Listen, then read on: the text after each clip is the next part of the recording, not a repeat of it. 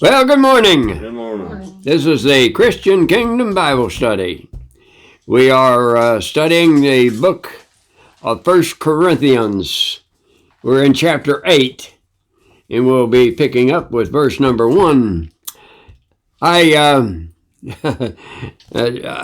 really was going to overlook this, because it seemed to me like every time I turn around, we get hit with the same thing here. Now, because evidently the question is laid before us all the time. Now, verse number 1, I'll read verse number 1 through 6, NIV version. Now, Paul says, now, about meat sacrificed to idols. Now, we've gone over this several times about meat being offered to idols. Then he says, we know that we all possess knowledge. Knowledge puffs up, but love builds up. Verse 2, the man, and this is really important here. We never think about it probably, but anyway, he says, the man who thinks, that's an important word there now, thinks he knows something, does not yet know as he ought to know. Whew. But the man who loves God is known by God. So then, about eating meat sacrificed to idols. We know an idol is nothing at all in this world, and that there is no God but one. For even if there are so-called gods, whether in heaven or on earth, now I want you to note here, parenthesis, what does that mean? Somebody added it. Somebody added to it, okay? Normally, the scribe, that is one who was translating into something else, inserts this to make the sentence complete. So he says, and then Paul corrects that in the next verse, but he says, for even if there are so-called gods, whether in heaven or on earth, parenthesis now, as indeed there are many gods and many lords. Verse 6, yet for us, who's the us? For us. Who's Paul writing to? Baptized believers. Yeah, there you go. For us now. Not for the rest of the world, but for us. There is but one God, the Father, from whom all things came, and from whom we live. And there is but one Lord, Jesus Christ, through whom all things come, and through whom we live. Okay, so, to begin with, in the ancient world, now remember I told you, I keep reminding you that we have to go back in time, the time that these things are happening, in order to understand. Because, see, what we're dealing with here now has nothing whatsoever to do with our lifestyle today.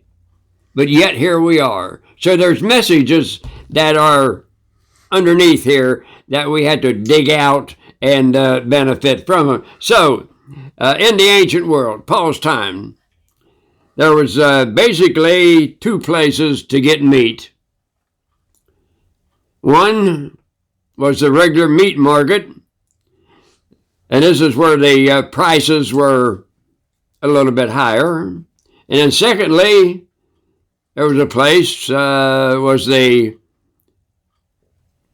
local temple. That's where meat from sacrifices were available and were a lot cheaper. Now, what was the temple? We're not going to discuss it, but what was the temple? It said, there was a temple that was close by. What was it?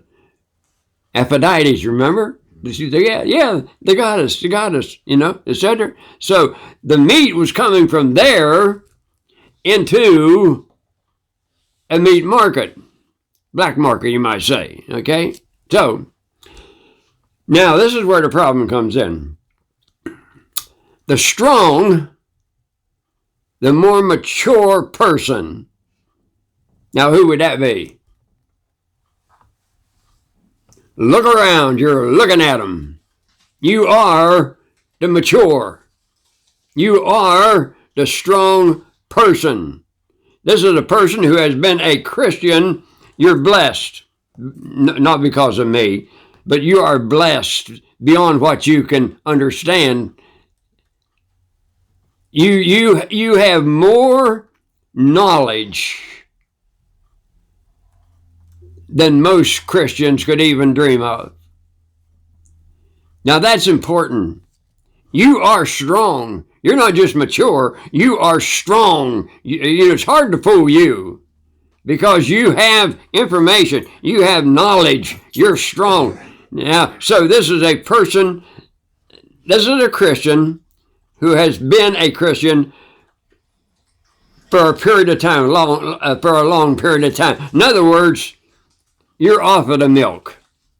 If you went back onto the milk now today,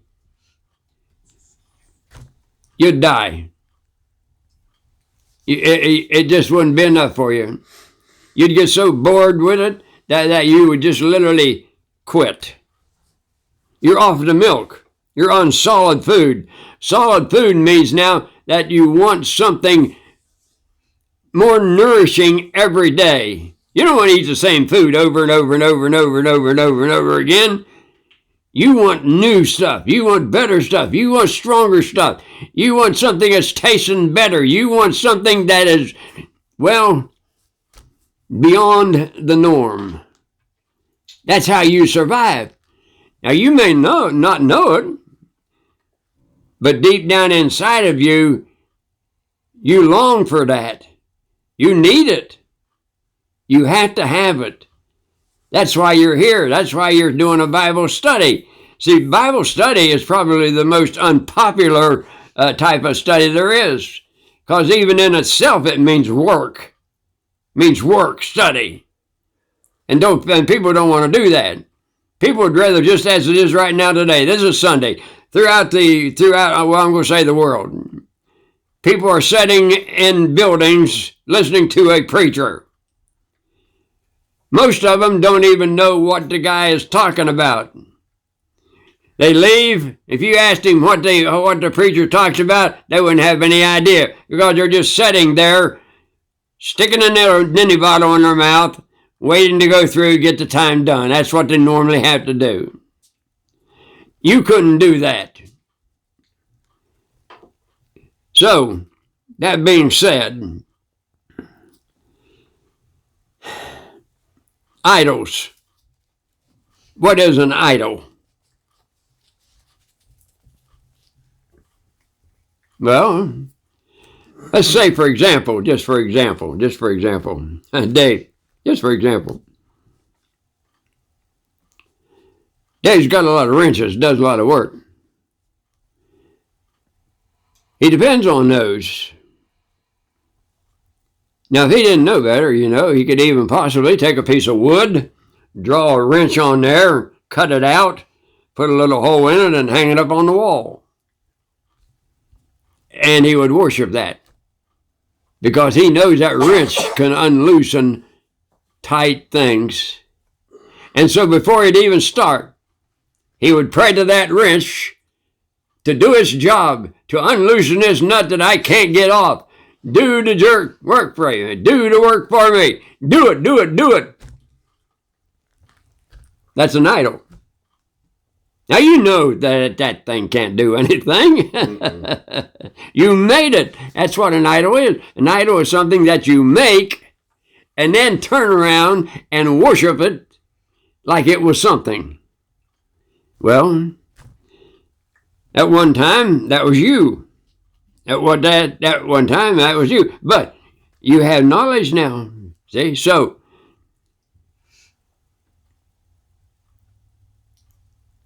that being said, you know here that idols could not contaminate food. So to save money, we're always trying to save money, you buy the cheaper food. So it comes from the temple. So it's been offered as a sacrifice. So what? There's only one God. They say there's other gods. It's offered to their gods, which isn't actually a god anyway. So what are they going to do? So here comes the problem. See, the newborn person, I'm talking about a new Christian now, okay? I'm talking about, well, a brand new. You were baptized today. You are brand new. I can think of those times back at that time. There's things that you know, which you have to know. And the preacher, that's his job, is to know what you know before he baptizes you. I would never baptize a person that did not know why they were getting baptized. If I had to say to the audience that I'm going to set aside a little bit of time and do a little more studying with this person, because I want to make sure that they know what they're doing, rather than going ahead and baptize them. But I want to know, because baptism is a very, very, very, very important thing here. So what I'm saying is here, a brand new person. You're coming out of the world. You're a new Christian.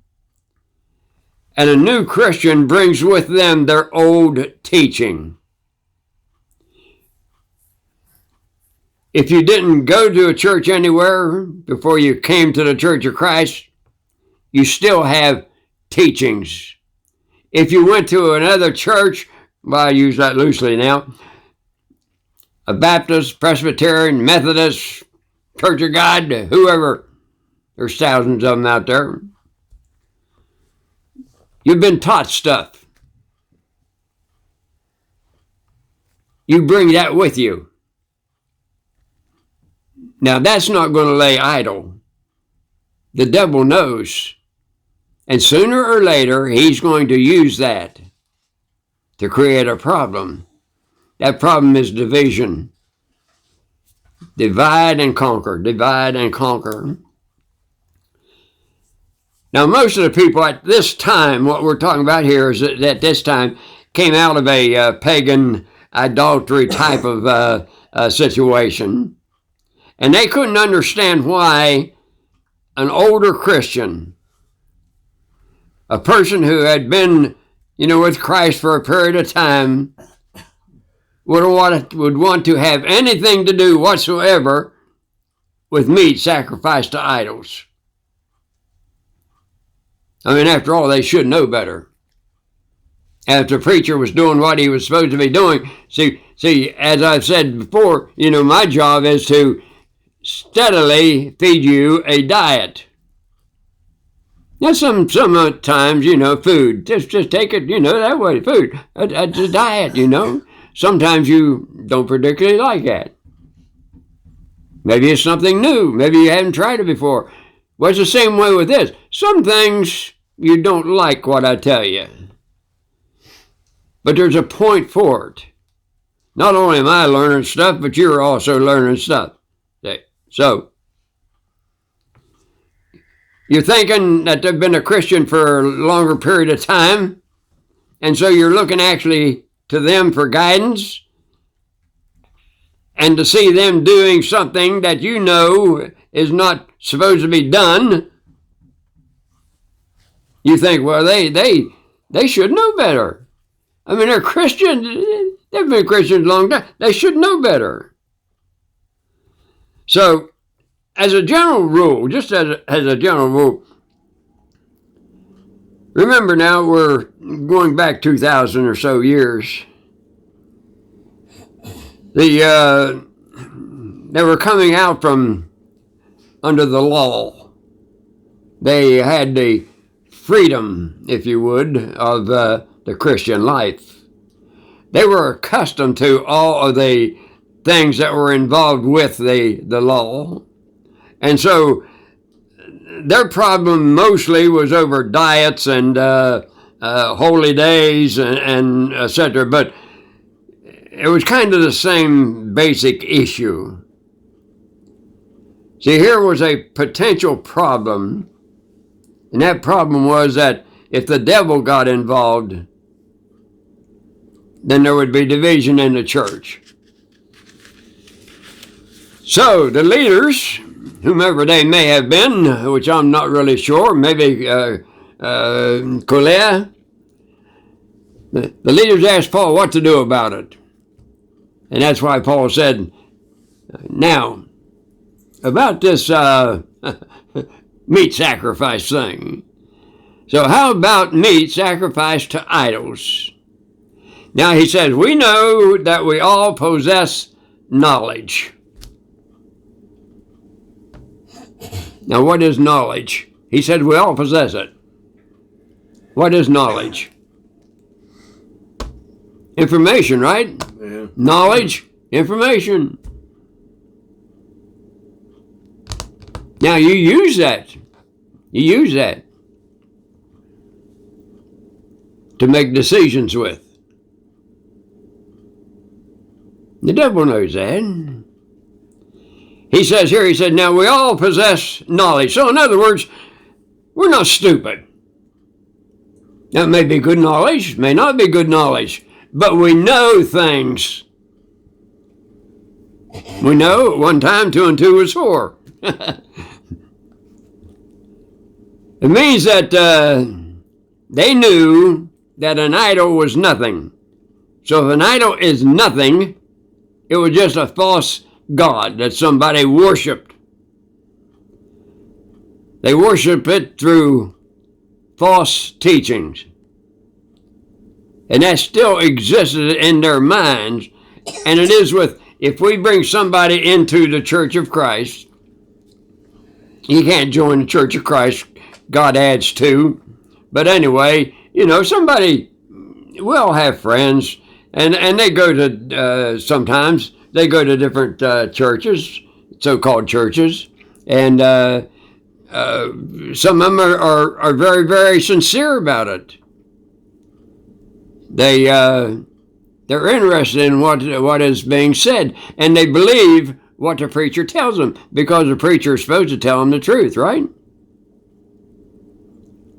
So through false teaching, things still exist in their minds. Well, they bring those things with them. You see, that's why I've said many times, and I think the Church of Christ is really too lenient here. We don't take this serious enough. When a person is baptized, that's just the beginning of their learning. It's like starting to school all over again. You got to take all of that information that was fed into you for years and years and years of time, whatever the case may be, and you got to very slowly change that.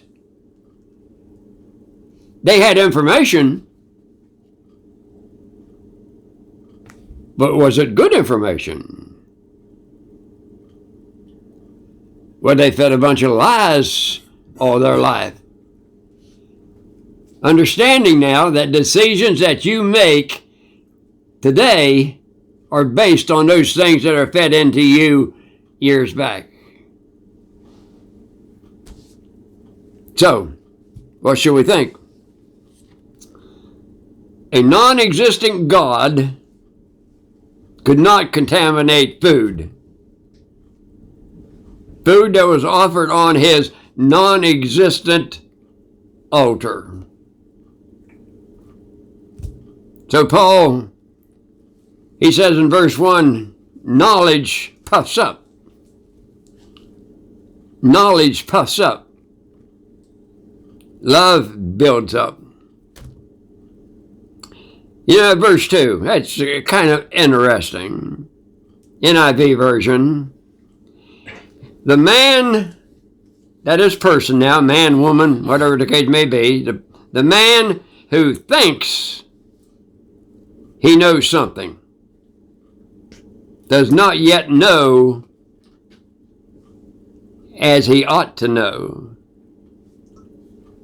So what Paul is saying is what?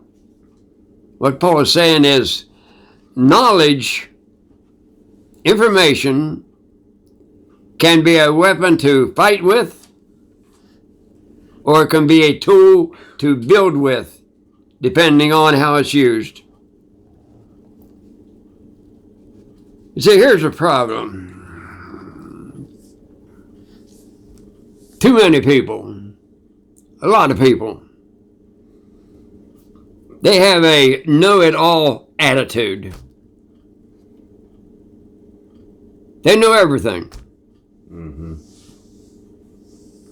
Right, wrong, doesn't matter. What they say, shut up. I know what I'm talking about. It's a know-it-all attitude. The person who really knows the truth understands, and I can vouch for this, a person who really knows the truth can understand just how much he really doesn't know. Mm-hmm. I know a lot about the Bible. I've been studying the Bible for 20 years or so. I know a lot about the Bible. But you know something more important? I know a lot that I don't know about the Bible. The Bible, there's no depth to the Bible. You can keep it going and going and going and going and never come to the end of it. I believe you can spend your whole lifetime, and if you had a second one, that one too, and you would never ever come to the end of this. I can verify to the fact that I pray for the Holy Spirit to lead me all the time. Lead me